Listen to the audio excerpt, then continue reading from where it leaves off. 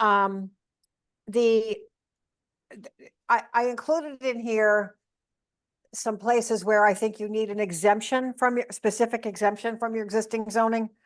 It's the special residential uses and inclusionary housing. The reasons are different. If there's any reference in the bylaws somewhere else to restrictions on multifamily housing, we need to make sure that this is never construed as being subject to those requirements. And similarly, inclusionary zoning for MBTA communities purposes has to be limited to 10%. It's not a special permit.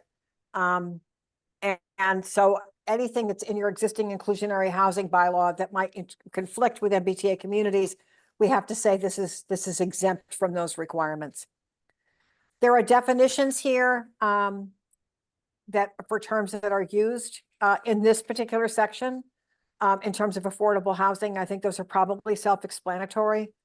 There is a definition for multifamily housing, which may be a little different from what you're used to, but MBTA communities, because it's subject to Chapter 40A, you have to use the 40A definition of multifamily housing, which is either a structure with 3 or more units or a lot which has 2 or more buildings on it, each of which has 2 or more units. So that's the definition that needs to prevail.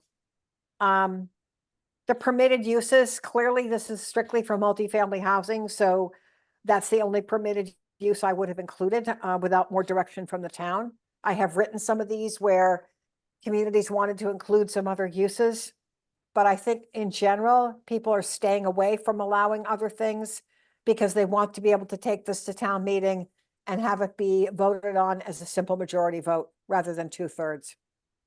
The off-street parking requirements, again, I think Sarah probably went over some of this with you.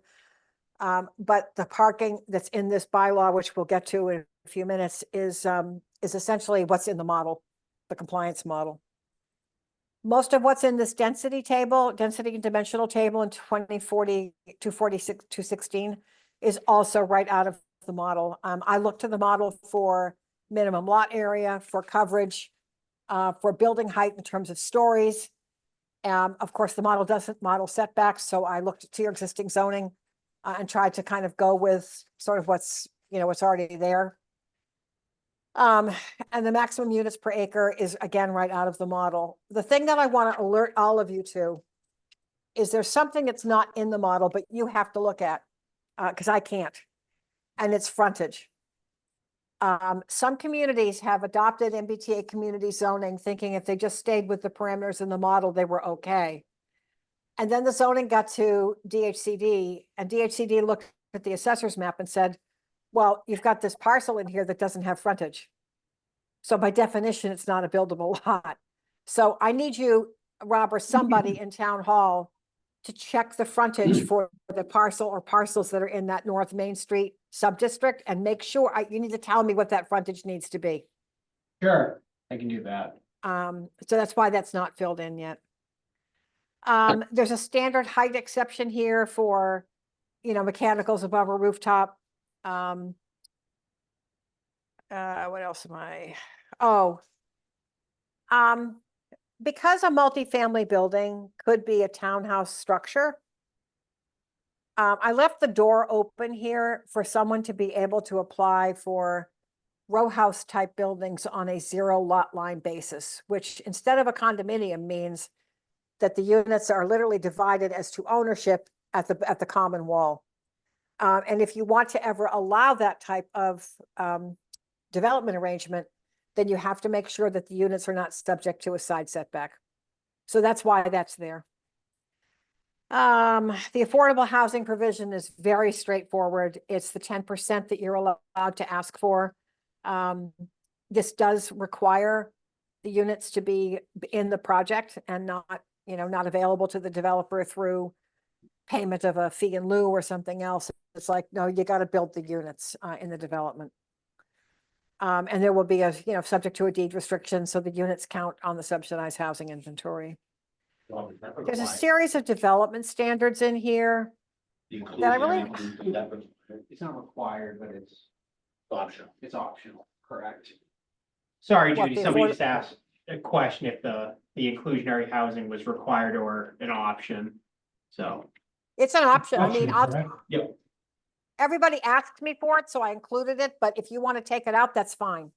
No, Um, I think we're all in agreement that we wanted to do the Okay. include, so, yeah, sorry, didn't mean to interrupt. No, that's fine. That's okay. So the bylaw needs to have some standards in it around sort of site design, because if you don't, you can't impose those things in the middle of a permitting process. And again, because this is something that's allowed as of right, you need to be able to be as specific with the applicant as possible. So they know if they submit a plan to the planning board that meets all the requirements of this bylaw, that they're going to get approved. And I'm not married to the particular standards I included here, but I did put quite a bit of thought into this in terms of trying to think about, access within the project and, building standards and so forth. I will point out too that there are some specific sections in here which I exempted from development plan review for purposes of MBTA communities zoning, just because I wanted to make sure that there wasn't anything else in the bylaw that might cause confusion during the permitting process, whether it's parking or sign requirements or something else. You have a lot of stuff in your zoning bylaw that frankly is discretionary. And we have to make sure that this district is not subject to discretionary standards.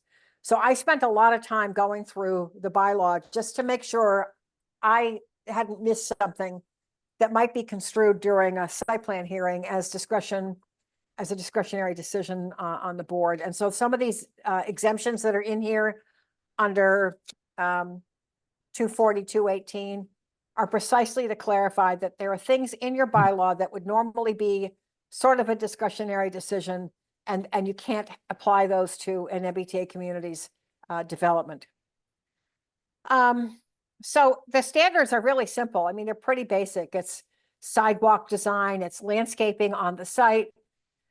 It has to do with, not having a development where there's a bunch of disconnected buildings, but rather there's some cohesion in the development, and that's achieved in part by the connections between the buildings and between parking and the street and so forth. Location of parking aisles, things of that nature.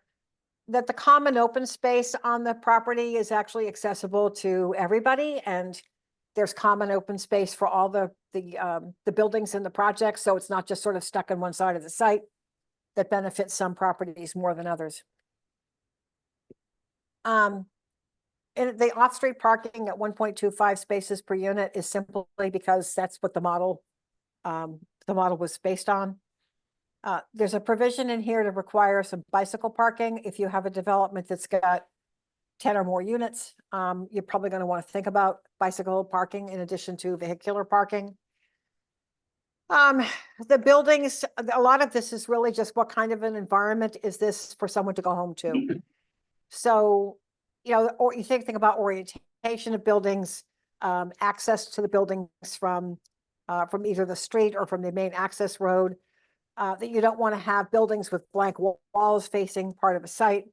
I mean, these are all things that should be kind of common sense for developers, but developers don't always apply that kind of common sense. There are lighting standards in here. Typically, when I work on lighting, I try to think about, what does lighting communicate to the user about the kind of space the lighting is in?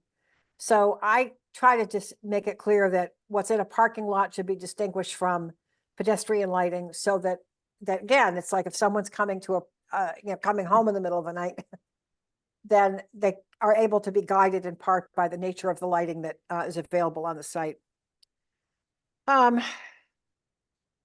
Parking, lighting in parking areas, I think is pretty standard.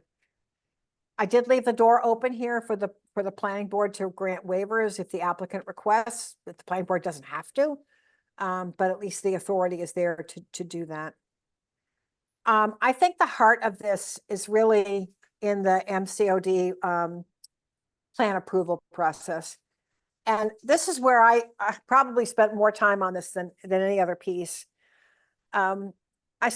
I was sort of familiar anyway with your development plan review bylaw, because I've worked in Bellingham before, although it's been a few years. And so I really spent a lot of time reading through it, and I thought, there's stuff in here on standards of decision that border on discretion.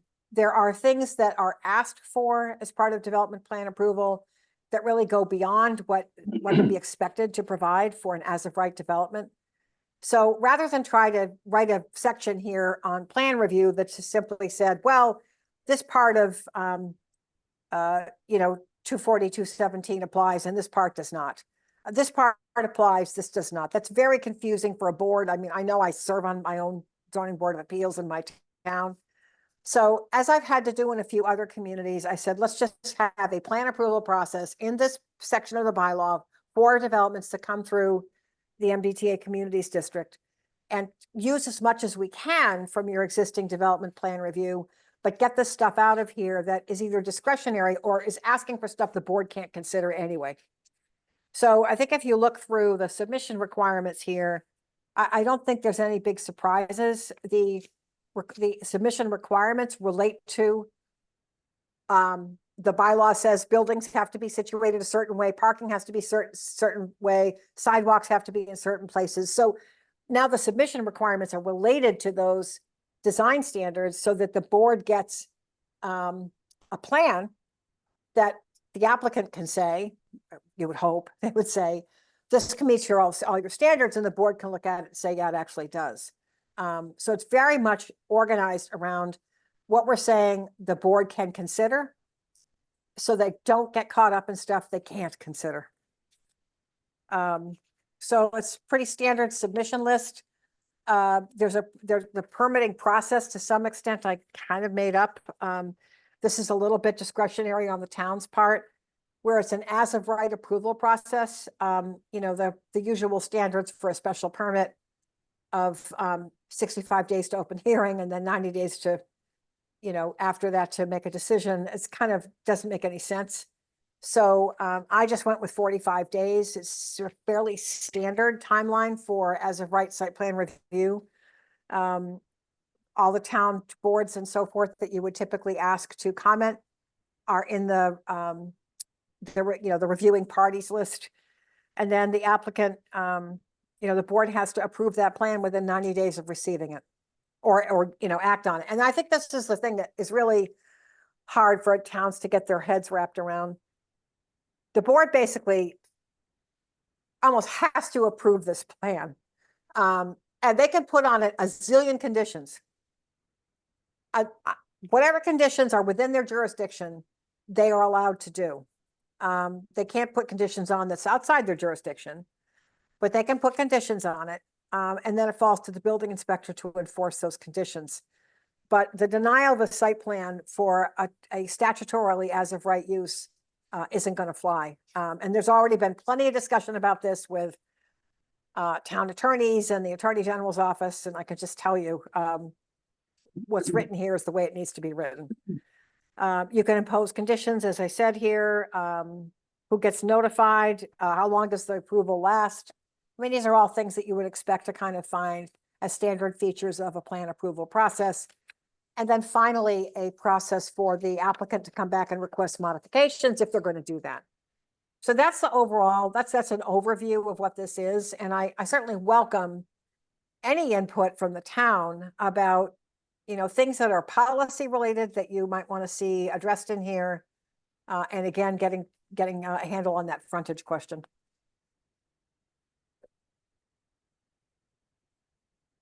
Thank you. I do think town council has seen this, as I recall. Correct, they have. Yep. So, maybe I know, Rob, you and Dennis have kind of been working with Judy on this draft and getting it to this point. Maybe if you want to kind of talk about that a little bit, and then we can open it up for discussion on the board. Sure. or the committee. If I may for a minute, Yes, Jeff, go ahead. I have a conflict that's in a few minutes that I need to jump to. How long will this meeting be going on? I can jump back on. Until 7. Okay, 'cause that's I'll when jump on. zoning- That's when zoning starts. Okay, I'll try to jump on back on at 6:30 or so, and I can this way we can I can vote on the minutes, Perfect. etc. Okay, thank you. Thanks. Thanks, Jeff. Yeah, I mean, there's some back and forth with Judy, and I know town council had a chance to review some of the language as well. Not some, they reviewed the language. Really, the minor comments that I had in regards to, or the changes I should say, was really regarding the standards themselves. Regarding width for the landscape buffer. There was a requirement for covered bicycle storage, which I just removed the covered bicycle storage. I think the language also includes a lighting plan that's required as part of the submissions that gets approved, just to make sure that there's no light spillover over property lines. Just so it can be verified, and that way when it goes to construction, there's something that the town can actually look at and say, all right, this is where the light poles are supposed to be, these are what the fixtures are supposed to be, that sort of stuff.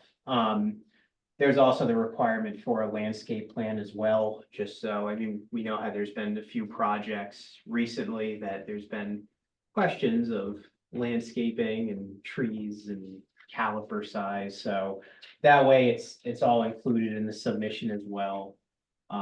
But overall, I thought Judy did a great job, drafting this. I mean, I think Judy, you would agree that the first draft really didn't change a whole heck of a lot. It's been a working document, but, Yeah, Yeah, I mean, I thought the comments you gave me were very reasonable. I mean, we didn't have any concerns at all about them, so it's fine. perfect. It was helpful. Yeah, thank you. Okay. So Bill, if you have comments, I have a couple of questions. yeah, I will let Bill ask his questions. Can we go to page 7? Look at item E. Off-street parking and parking in general. Are they gonna require us to have charging stations at this facility? That's not, no, it's not a requirement. Okay, I just wanted to ask. Yeah. And then I'm going back to, I think, something you mentioned. Page 9, item C, letter D. Proposed methods of screening premises and parking for abutting property and street. We already have buildings located on these properties. Do they have to be screened from the buildings next door? This is Well, only for new development.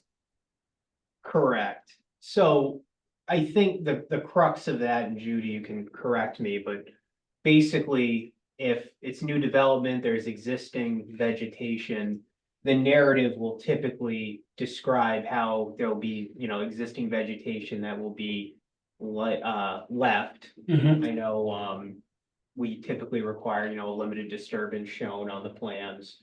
Right. So that way it'll at least describe that, listen, there's existing vegetation there now, we're going to keep it. Or if for some reason, utilities need to go in or something, all right, we do have to take out existing vegetation, or if there is no vegetation, this is how our landscape plan is going to allow for additional buffering for Okay, properties. I thought it's a great proposal. Gotcha.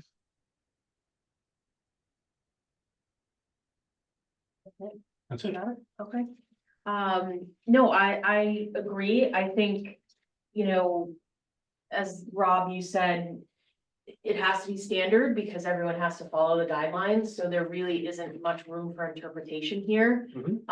I would say, though, as a group, we probably do want to work on kind of our purpose, if that's to be included, just Thank you. because I know that a lot of people will look back to that, and that will be, it's right in the front, and as we present this to the community, I think we should really think about what that looks like. And I don't quite have all of my thoughts formed. And obviously I would like input from Jeff and Sahan on that, but that's really the only area that I feel like we as a committee can put more input in, because everything else really needs to be in the regulation. Agreed. Yeah, I definitely would encourage you to own the purpose statement. Okay. Any more comments, Rob? I'll probably open it up to the public. Yeah, no, I have, I'm good. Okay, any comments or questions from the public? I have a question. Dennis has a question. Judy, you said it only requires a majority vote. Is that correct? I Yes, thought you said that. Yeah. I did. Well, Okay, so good. Dennis, the problem is that if you start adding other uses to the district that are Right. not, that don't fall under that simple majority provision, then you trip up to the 2/3 vote. Great. Yeah, because we had heard both and now it's clear Yeah. it's majority, so that's great. And the other thing on, the procedures, a couple of things that we can consider, the effect of additional traffic created by the development on intersections and streets likely to be affected by the proposed development, provisions for pedestrian bicycle access connecting to adjacent space, neighborhood, schools. So the planning board can look at off-site improvements, maybe connecting sidewalks to other neighborhoods, like I'm thinking 140, Bill, going up to the rapid refill, making sure those sidewalks, is that correct, Complete. Judy? I think you're gonna have a hard time imposing off-site improvements on an as-of-right Okay. use. So that just has to do with on-site improvements then, Um, those provisions that you have there, because it says the effect, one of the things they can consider is the effect of additional traffic created by the development on intersections and streets likely to be affected by the proposed development. And then it says provisions for pedestrian bicycle access ways connecting to adjacent Yep, open space neighborhoods, schools, recreation areas, or transportation facilities. And we have all of those things nearby where these would be developed. So Yep. nothing off-site, they have to be restricted to on-site. so because it's an as-of-right use, Yeah, you have to be careful that you're not imposing an unreasonable restriction on it. okay. And that's the standard. I mean, the board can certainly consider the impacts of the project to the extent that they're laid out in those decision criteria. And if I were you, I would then design my application to the board, the developer has to fill out, to get the information you need to judge all those criteria.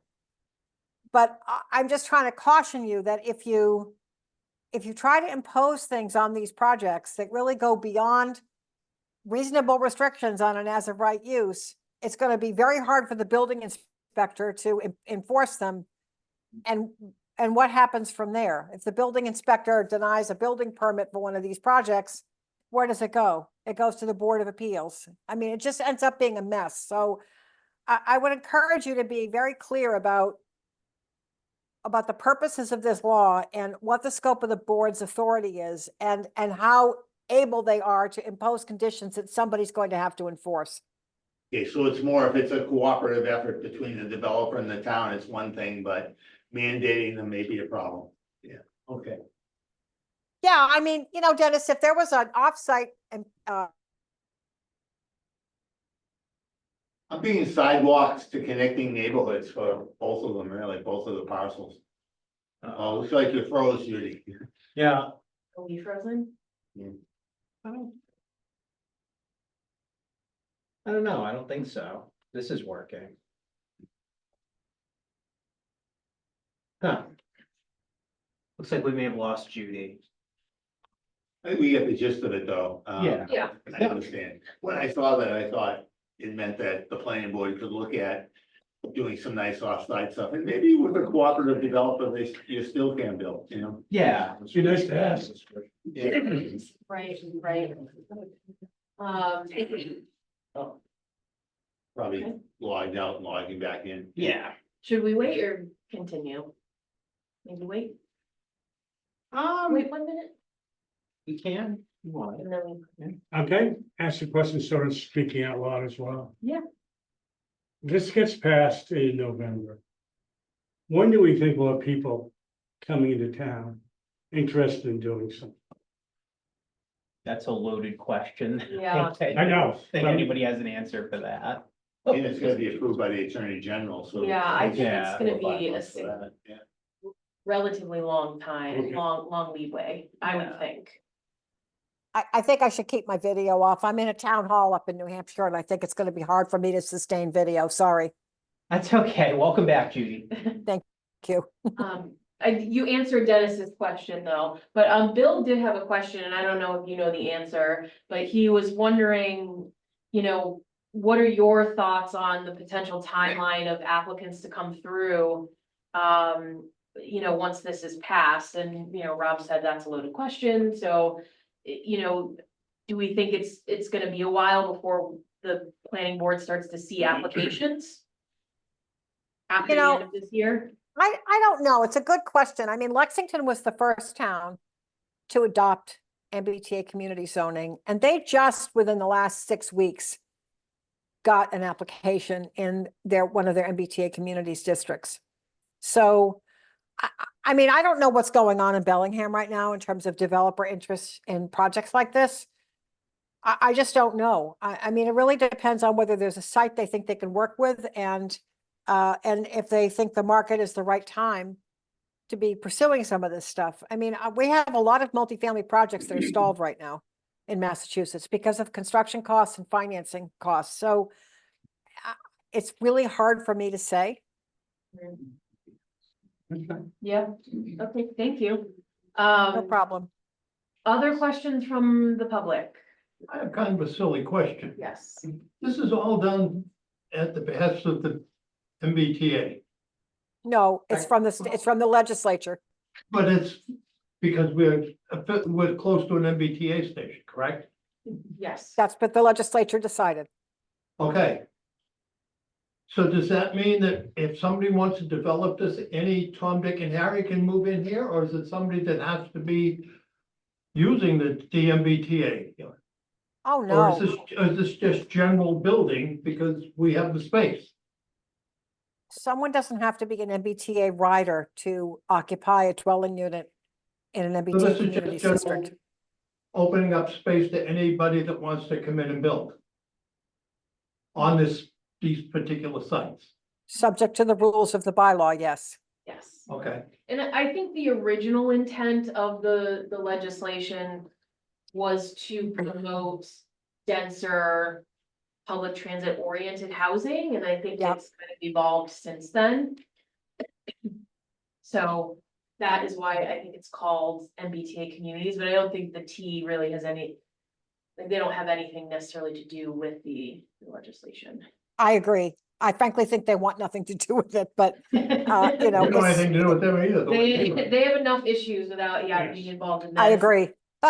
That's true. Bill, Question for Judy, the by use, what discretion, not having a copy of this, what discretion does the town actually have as far as the decision-making on this, the way it's currently written? What decision points would there be as far as, landscaping and stuff like that? But typically, our bylaw right now has a lot of decision points that the planning board can get involved in. It sounds like we're trying to eliminate as many of those as possible. So, get the 50% vote. We're not eliminating qualitative standards. What we're trying to do is make the bylaw clear about what the board's jurisdiction is and what the applicant has to submit so the board can make a decision. But let me give you an example. The bylaw has some standards around landscaping. And as Rob pointed out, part of the submission process is a landscaping plan.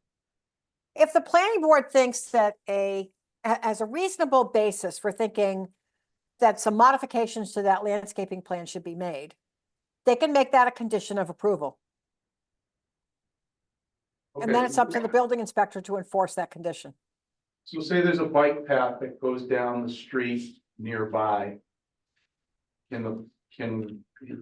What would happen if the town decided that we want that to go in front of this building? I mean, I guess the discretion, I'm trying to understand the discretion without actually seeing a copy of it. You want a copy? I have an extra copy up here. Yeah. I think I caught it. The board is going to be hard pressed to impose requirements on this that are offsite in nature, if I understand your question correctly. So the offsite stuff's gonna be pretty much curtailed completely, so there's gonna be very little mitigation in the town for any of the projects. No, I'm not saying that. No, what You types have of to think about mitigation? you have to think about what's going to be a reasonable condition. If it's necessary to serve this project, not to serve the interests of the wider neighborhood or the community, but what is going to be in the interest of this project. And I think that's the way you have to think about it. I don't want to leave you with the impression that the board can't impose conditions. Of course they can. But the conditions have to be reasonable in relation to the project. This isn't something that EOHLC just came up with, or that the MBTA came up with. It's from the legislature, and there's a legislative intent here. So I think you need to kind of keep that in view.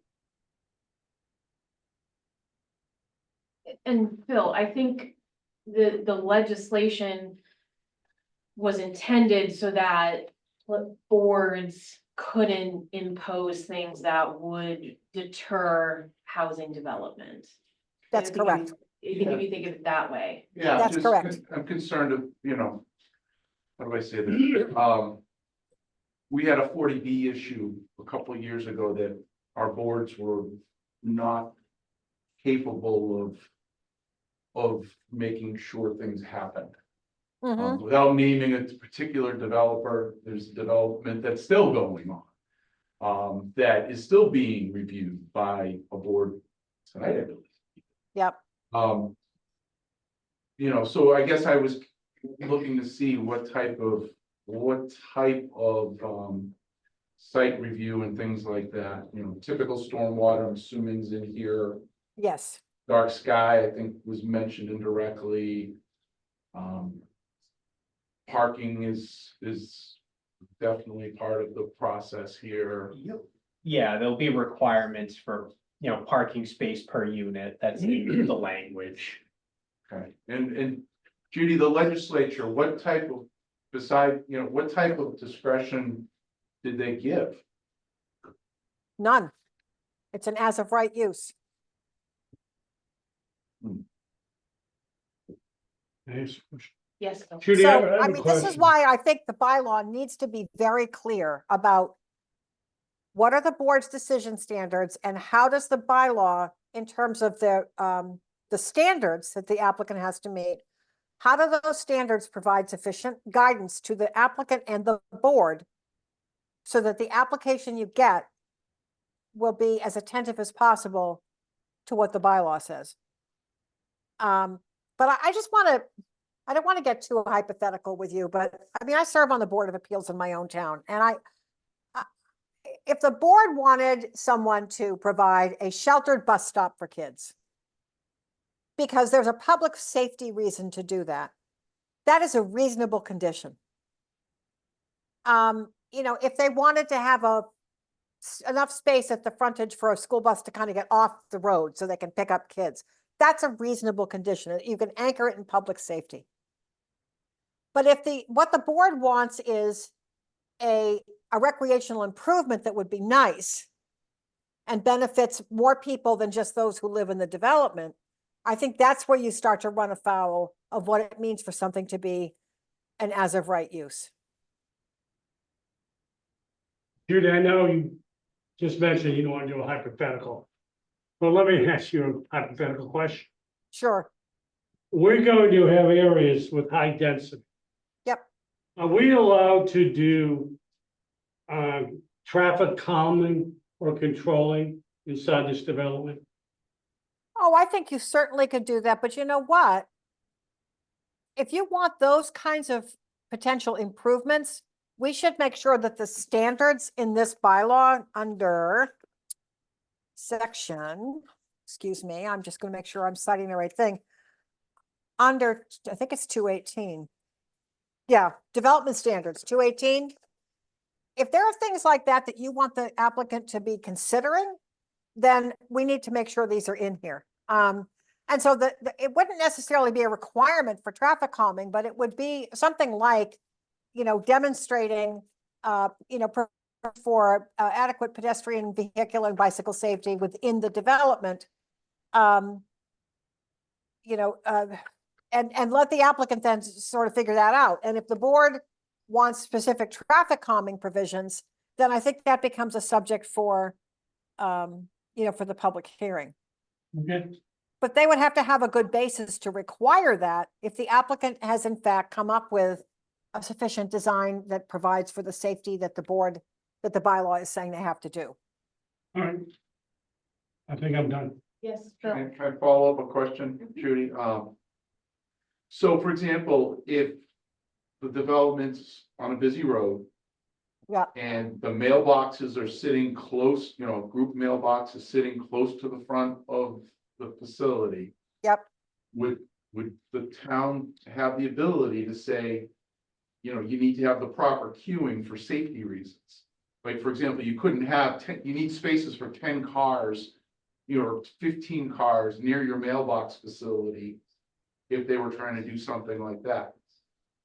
Because we've run into that before. And, Yeah. questions like that. Is that the queuing into the facility, Sure. is that fair game? I think if there's a valid public safety issue involved in the site design, both for people accessing and egressing the site and also for, traffic on the road, to me, that's a fair, that's fair game. As it's written Public right now? safety, it's a public draft's safety written? impact. Okay.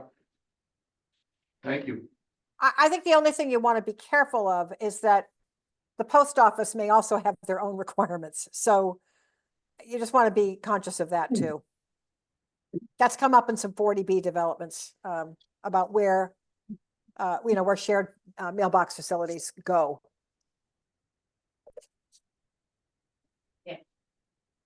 Towns that have been successful at their town meetings, how soon after are they hearing back from the AG? Oh, such a good question. Your town council is going to tell you the same thing I'm going to tell you. Nobody's hearing. So there are 3 towns that have received approval from EOHLC. And I always get 2 of them and forget which the third one is, but 2 of them are Salem and Lexington. Oh, Arlington's the other one. No one else has yet gotten an answer.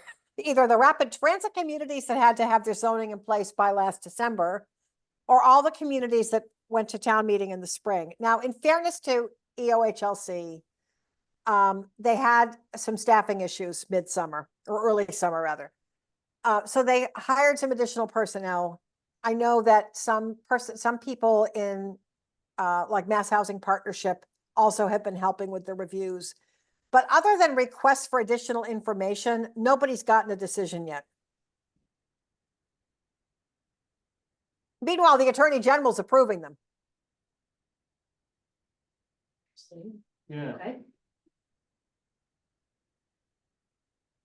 Any other questions for Judy while we have her?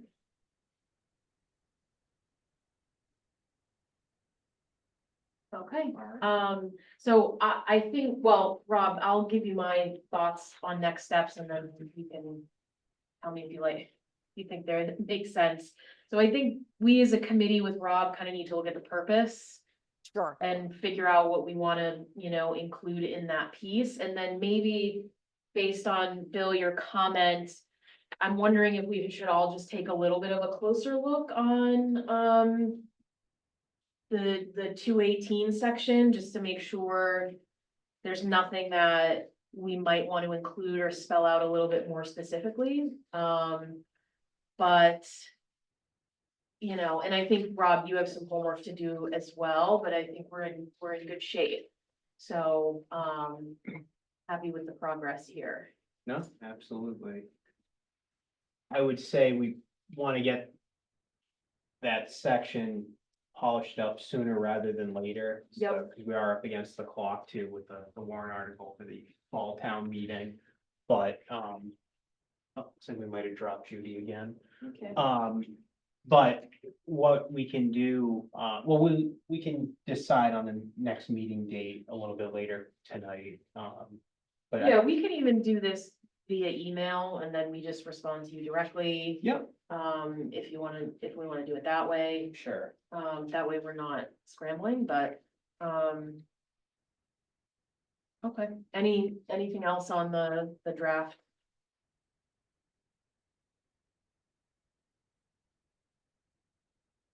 I got nothing. All right. All right. Next on the agenda is community outreach. So Rob, if you want to update us on Sure. what's been happening. So at the last meeting, we were discussing the outreach meeting, when date we wanted to go with. I think the date we came up with was Thursday, October 17th. The library had some conflicts with that date and so did the senior center. So what we decided to do, or what I did just to get a time locked in, was October 15th, a 1 o'clock and 7 o'clock meeting. So that's the Tuesday before the 17th. Now, with that, the library hours don't exactly work with the late meeting. So what I did was block out the senior center for that time. For 7? Yeah, for 1 and 7, senior center Okay. on October 15th. So. So we got it right. The 15th works for me. And the- I had scheduled a vacation for that week, but I'll see what I can do. Oh, no worries. What was that? I scheduled a trip to Cooperstown with my wife. Okay, And Colgate, okay. so All right. Well, no problem. I mean, we'll have coverage for it. I'll let be me around. see what I can do. Okay, yeah, whatever you want to do. I mean, we can pick another date. I wanted to lock in a time I can. that do was my schedule. available. It's up to it's up to the subcommittee, so. Completely up to you folks. I mean, it's not necessary for everyone to be there, right? At No. the outreach meeting, so I think it's fine. Okay, I think it's fine. So the 15th, 1 and 7 at the senior center. Correct. Okay.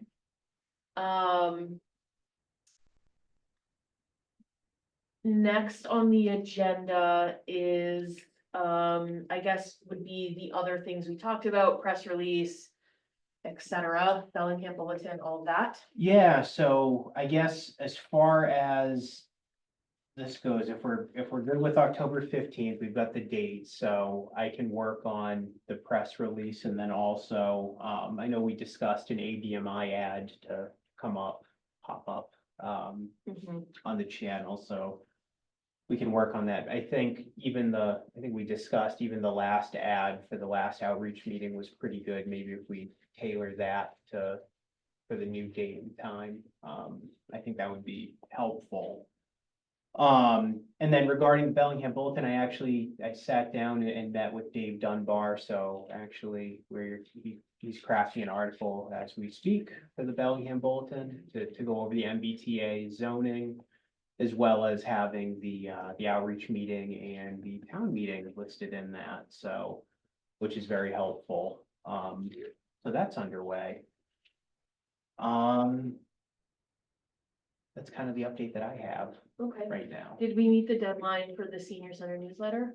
I talked to Dave Dunbar about that because he's the one who writes for that, so I believe this same article is gonna be in the senior newsletter, so.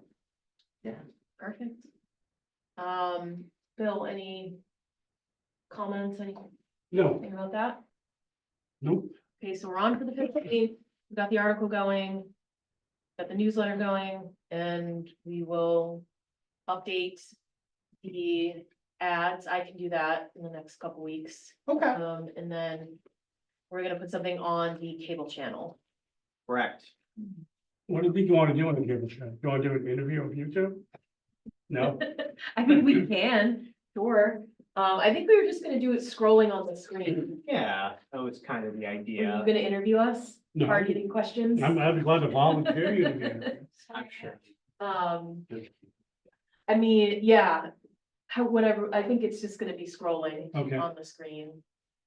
Yeah, I think that would be best. Are we allowed to utilize reverse calling for this? For the town meeting? For the town meeting. Okay.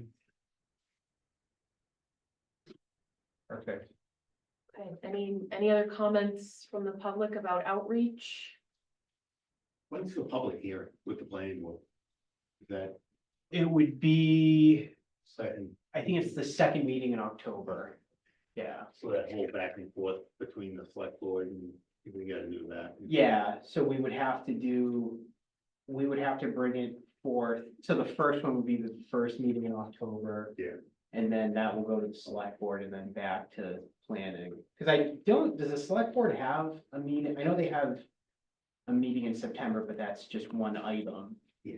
I don't know if they're having another one Yeah, they are meeting twice in October or September. October, but if Okay. they needed to meet, they will, we need to. Okay, gotcha. All right. And the other, oh, I know what I was gonna say, I made sure that Judy attends the public hearing with the planning board. Okay. Yeah. Yep. Yes, As far as the outreach goes, is there a plan for topics being discussed, not discussed? could be both. No, I think, probably depends on the audience. If we have a lot of people there who are unaware of what's been going on, we may have to do a bit of a refresher about, because surprisingly, there are people that aren't quite aware still of the regulations and the changes that are happening.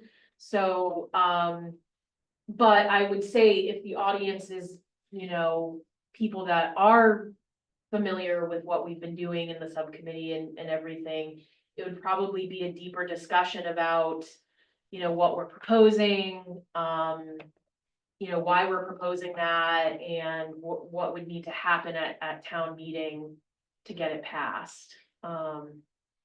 So, I guess, like I said, if there's a lot of new people there, it may be kind of a redundant for those of you that have been with us the last year, but I think, yeah, we'll have to wait and see kind of who's in the audience. Well, the reason I asked is, we've got 2 weeks, less than 2 weeks to that, gathering.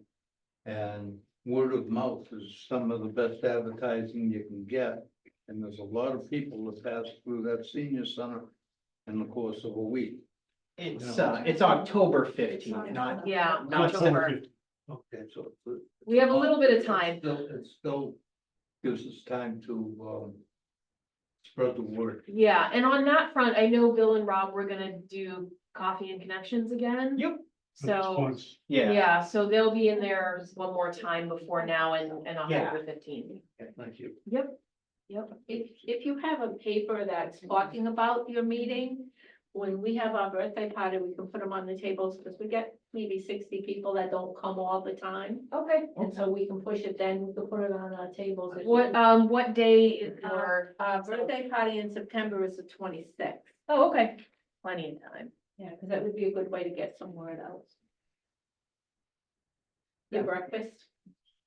I have, yeah, your breakfast, the 28th. Do you have a flyer, Liz or Rob? Do you have any kind of a flyer or? Yeah, that's what I need to put on the table. Yeah, Yeah. Rob and I will need to just look at them, make sure they're updated, if there's any kind of. Yeah, we have the flyer from the last. The public out- handout with the information on it was helpful, but maybe we want to include some more information, like when the town meeting is and, important dates that people should be aware of. Because we have two things that week that, we would get different people. Yeah. Okay, we will work on updating the flyer and then, getting those printed.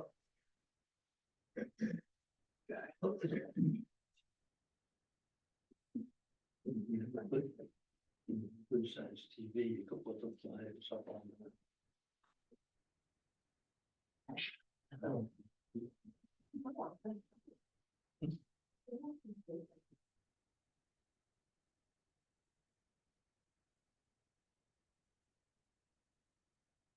Any other business, Rob?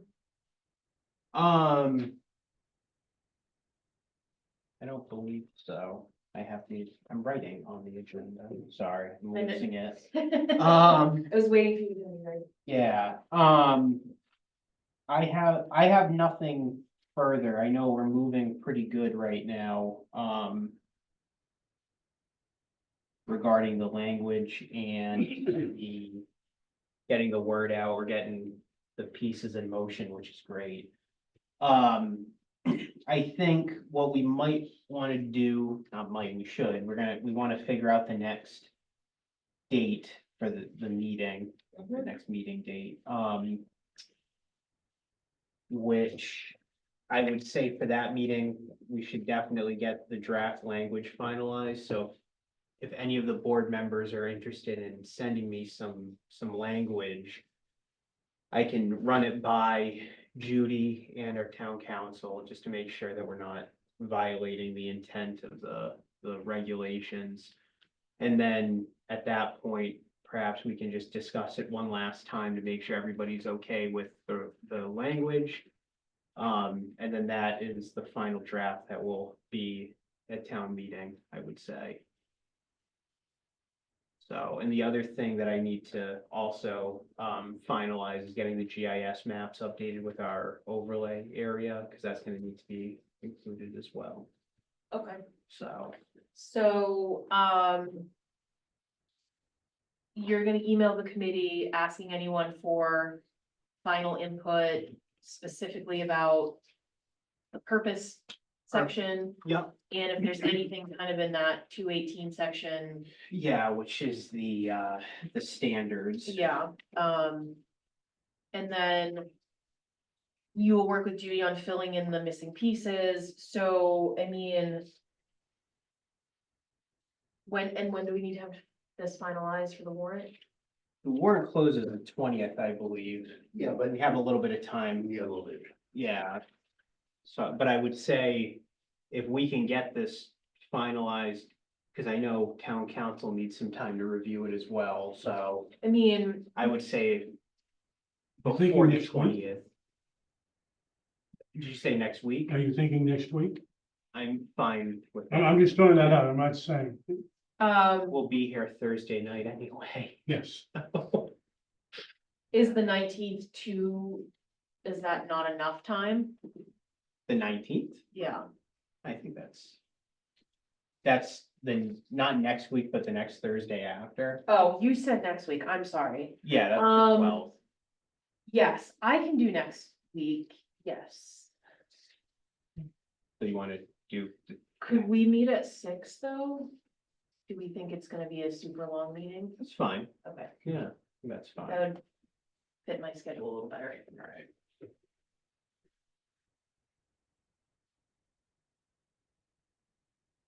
All right, so we will meet again next week on the 12th at 6 o'clock. And explicitly to review the bylaw.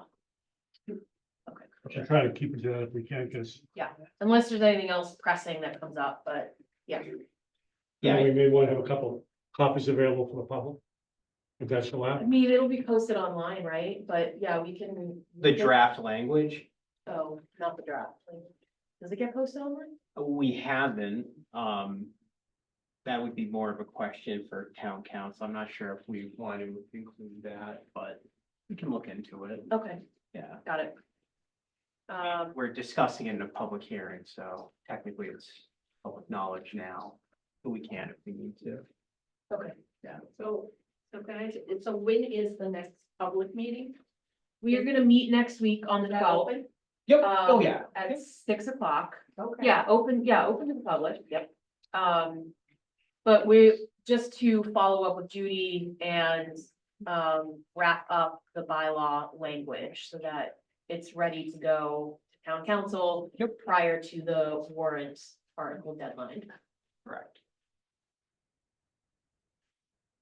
So, Okay. all right. And I don't think we have a quorum to approve the minutes, so. Agreed, yeah. Good. I know it's 6:30, but I don't know if you have to remind me. Do I have to entertain a motion to do that? Yeah, I would hold off on approving the minutes. Okay, entertain a motion to approve the minutes of the later meeting. You don't have to. You know, Oh, you don't have We'll just, yeah, Just hold off. yeah, Holding on? we'll push those to the next agenda item. Got it.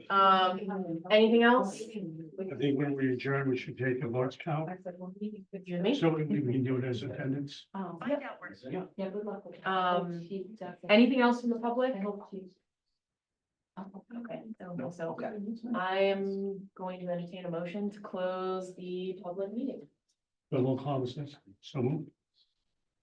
I guess you can second it, but Second if it. you don't have a. All in favor, please say aye. The roll call says aye. Liz Bartlett, aye. All right, and we are Meeting is adjourned. closed. Thank you. Thank you.